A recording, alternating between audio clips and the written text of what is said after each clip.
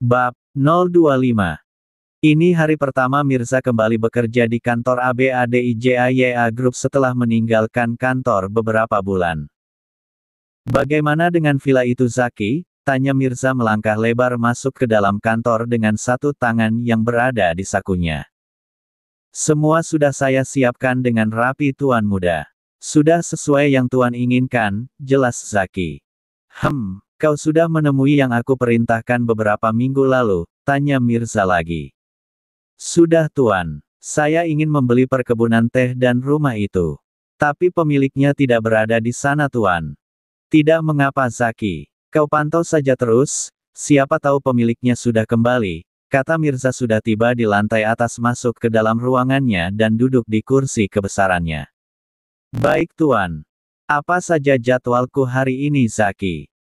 Sebentar lagi kita ada rapat bersama Dewan Direksi Tuan, kata Zaki. Baiklah, kau bisa ke ruanganmu. Kau datang ke sini nanti saat rapat sudah hampir dimulai. Baik Tuan, jika tidak ada yang Tuan butuhkan lagi, saya permisi Tuan. Mirza hanya mengangguk dengan jari-jari yang sudah disibukkan di atas keyboard komputernya dan mata yang mulai fokus menatap layar di hadapannya. Di toko Nisa sedang sibuk menyusun bunga yang baru tiba. Tiba-tiba seseorang menghampirinya tanpa aba-aba terus mendorongnya dengan sangat keras hingga membuatnya tersungkur di lantai.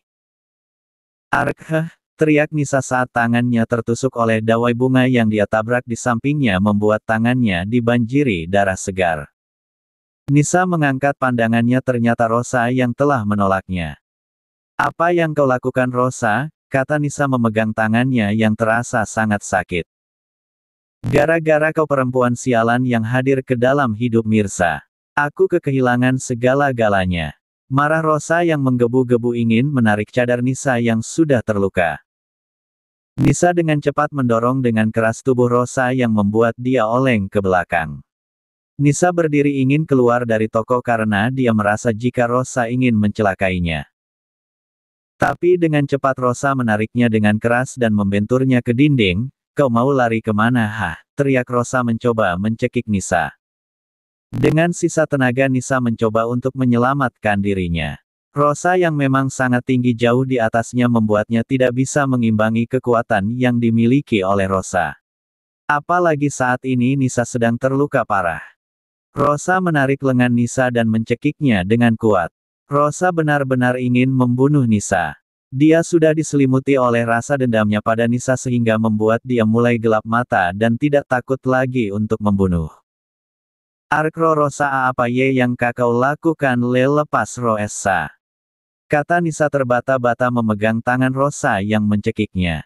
Nisa tidak bisa bernafas.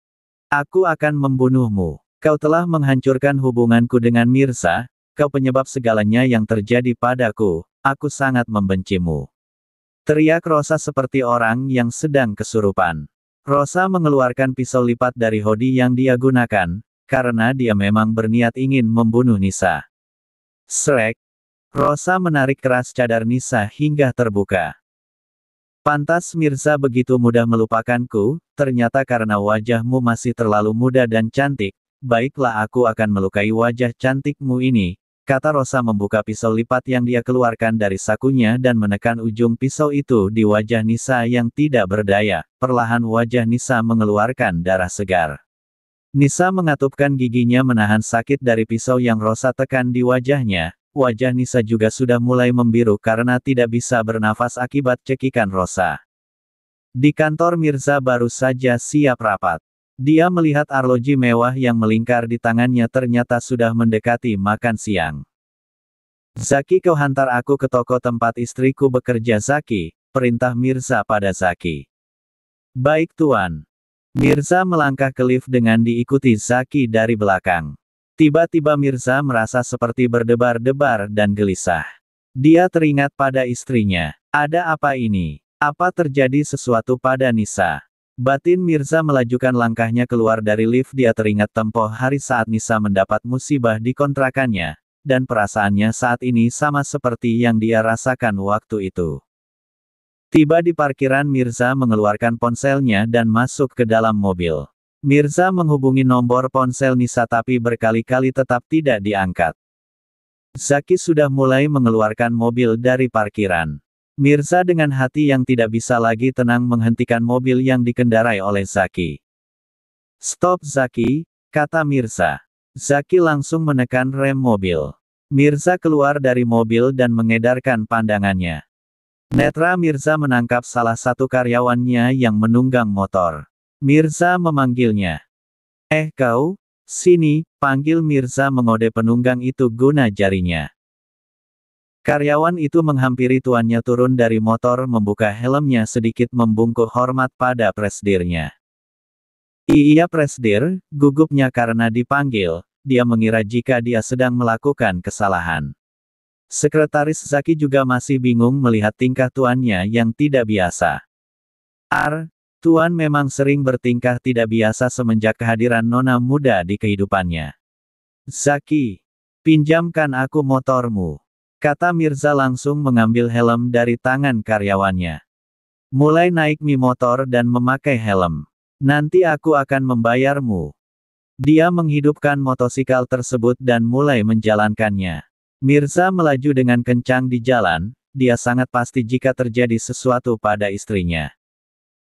Alasan dia tidak menggunakan mobil karena sekarang waktunya jam makan siang, jadi sudah pasti jalanan akan sangat padat oleh mobil, yang akan menyebabkannya terjebak macet nanti. Hanya berapa menit saja Mirza sudah tiba di toko tempat istrinya bekerja. Mirza turun dari motor berlari masuk ke dalam. Mirza membuka pintu kaca toko bunga itu. Dia melihat Rosa yang mengangkat pisau ingin menusuk leher Jejang Nisa. "Tak!" Mirza menahan tangan Rosa mendorong tubuh Rosa dengan keras. Rosa terjatuh di lantai bersamaan Nisa juga jatuh pingsan karena sudah kehabisan nafas dengan wajah yang membiru dibanjiri darah segar dari pipi cantiknya. "Kau sudah gila!" Mirza meneriaki Rosa dan menangkap tubuh istrinya yang hampir mendarat di lantai. "Sayang bangun," kata Mirza dengan mata yang memerah, "apa yang kau lakukan Rosa?" Mirza benar-benar marah seperti ingin sekali membunuh Rosa saat ini juga. "Ya, aku memang sudah gila. Kau meninggalkanku hanya karena bocah itu." Teriak Rosa berdiri dari terjatuhnya menghampiri Mirza dan langsung menikam bahu Mirza dengan pisau di tangannya, dia benar-benar sudah sakit mental karena tertekan. "Tuan muda," teriak Zaki menarik Rosa menjauhi tuannya. Zaki memang sengaja tadi mengikuti Mirza karena dia khawatir melihat tuannya yang buru-buru. Zaki langsung mengamankan Rosa yang terus berteriak dan memberontak meminta dilepaskan. Zaki mengunci tangan Rosa mengambil pisau yang berada di tangannya. "Lepaskan aku Zaki sialan. Biar ku bunuh bocah itu," teriak Rosa memberontak. "Anda tidak apa-apa tuan?" tanya Zaki khawatir melihat darah segar yang mulai berjatuhan dari punggung tuannya, dia tidak peduli dengan Rosa yang meminta dilepaskan. "Aku tidak apa-apa, kau hubungi polisi untuk menangkap wanita gila itu," kata Mirza mengangkat tubuh Nisa yang memprihatinkan dan menyembunyikan wajah istrinya di pelukannya, karena Nisa tidak menggunakan cadar. Mirza bahkan tidak peduli dengan luka yang berada di bahunya. Bersamaan Rai juga datang ke toko untuk mengambil beberapa barang istrinya yang berada di toko, karena Elina baru melahirkan semalam. "Nisa, ada apa ini?" tanya Rai khawatir melihat Nisa di gendongan suaminya. "Kau tolong setir mobil hantar aku ke rumah sakit," kata Mirza melihat Rai, karena Zaki juga harus mengamankan Rosa jadi dia minta tolong pada suami Elina. "Baik, ayo cepat, guna mobilku saja." Rai dan Mirza langsung menuju ke mobil untuk menghantar Nisa ke rumah sakit. Mirza mondar-mandir di hadapan pintu ruang UGD menunggu istrinya yang sedang ditangani oleh dokter. Mirza terus mengusap kasar wajahnya. Dia benar-benar takut kehilangan istrinya. Mirza sudah menyuruh Nisa untuk berhenti bekerja di toko bunga milik Elina. Tapi Nisa membujuknya dengan mengatakan dia bosan jika hanya duduk diam di rumah. Mau tidak mau Mirza terpaksa mengalah dan membiarkan Nisa tetap bekerja seperti biasanya. "Mirza, bagaimana dengan Nisa?" tanya Andra yang baru tiba. Tadi Rai menghubunginya jika Nisa masuk rumah sakit. Rai juga mengenali Andra.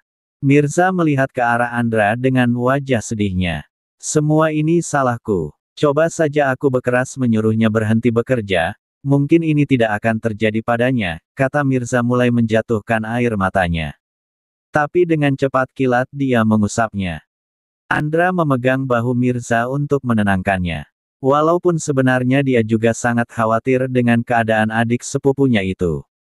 Tenanglah. Nisa gadis yang tangguh, dia pasti baik-baik saja, kata Andra menepuk-nepuk bahu Mirza.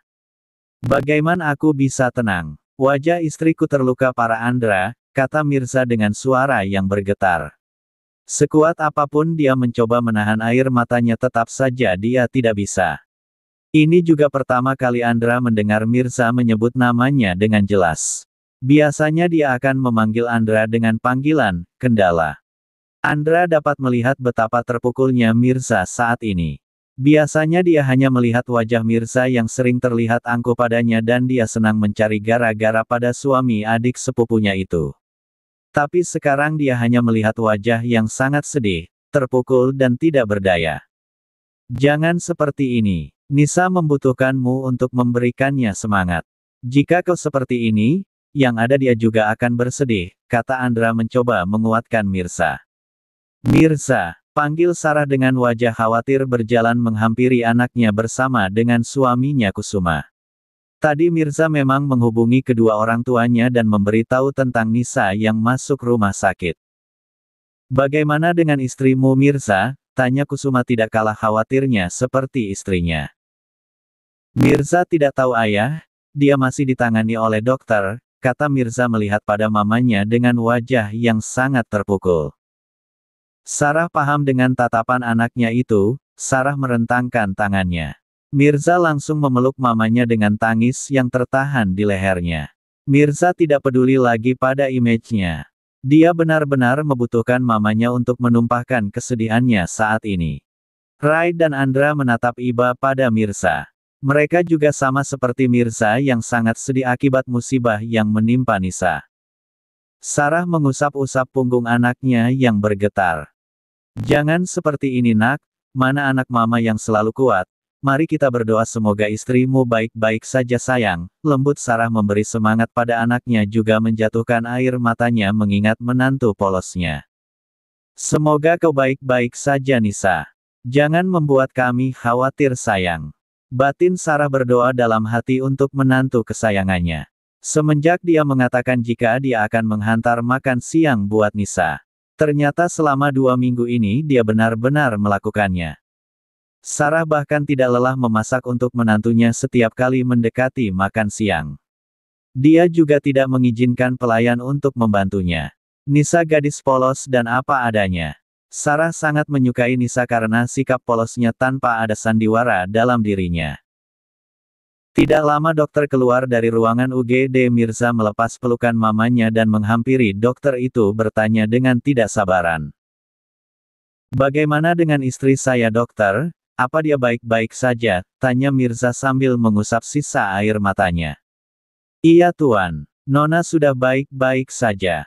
Beruntung karena Tuan membawanya dengan segera datang kemari.